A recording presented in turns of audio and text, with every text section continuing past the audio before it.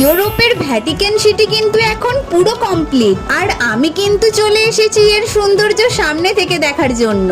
আর তোমরাও কিন্তু জলদি জলদি চলে এসো। কারণটা কি বলতো, প্যান্ডেলের বাইরে যে ফাঁকা জায়গাটা দেখতে পাচ্ছ, একদিন পর কিন্তু এখানে আর দাঁড়াবারও জায়গা থাকবে না, আর লাইন দিয়ে দিয়ে কিন্তু ঠাকুর দেখতে প্যান্ডেলের ভেতরে ঢুকতে হবে। তোমরা যারা যারা আমার আগের ভিডিও দেখেছো সেখানে তো আমি বলেইছি এই প্যান্ডেলটা কোথায় তৈরি করা হয়েছে, কিন্তু তাও আরেকবার মনে করিয়ে দিচ্ছি, বিষ্ণুপুর হাই স্কুলে কিন্তু এই প্যান্ডেলটা করা হয়েছে। রাতের সময় কিন্তু এই প্যান্ডেলের সৌন্দর্যটা দুগুণ বেড়ে গিয়েছিল, আর ঢোকার মুখেই তোমরা এত সুন্দর একটা দৃশ্য দেখতে পাবে। আর প্যান্ডেলের দেওয়ালে ওপরে যে সমস্ত মূর্তিগুলো দেখতে পাচ্ছ, এগুলো কিন্তু সব মাটি দিয়ে তৈরি করা হয়েছে। আর প্যান্ডেলের ভেতরের কাজটাও দেখে নাও, এটা কিন্তু সিম্পলের মধ্যে রেখেছে, কিন্তু দেখতে দারুণ লাগছে সামনে থেকে। আর মায়ের প্রতিমার কাজও কিন্তু দারুণ করা হয়েছে। তো একটা লাইক দিয়ে দাও, পরের ভিডিওর জন্য সাবস্ক্রাইব।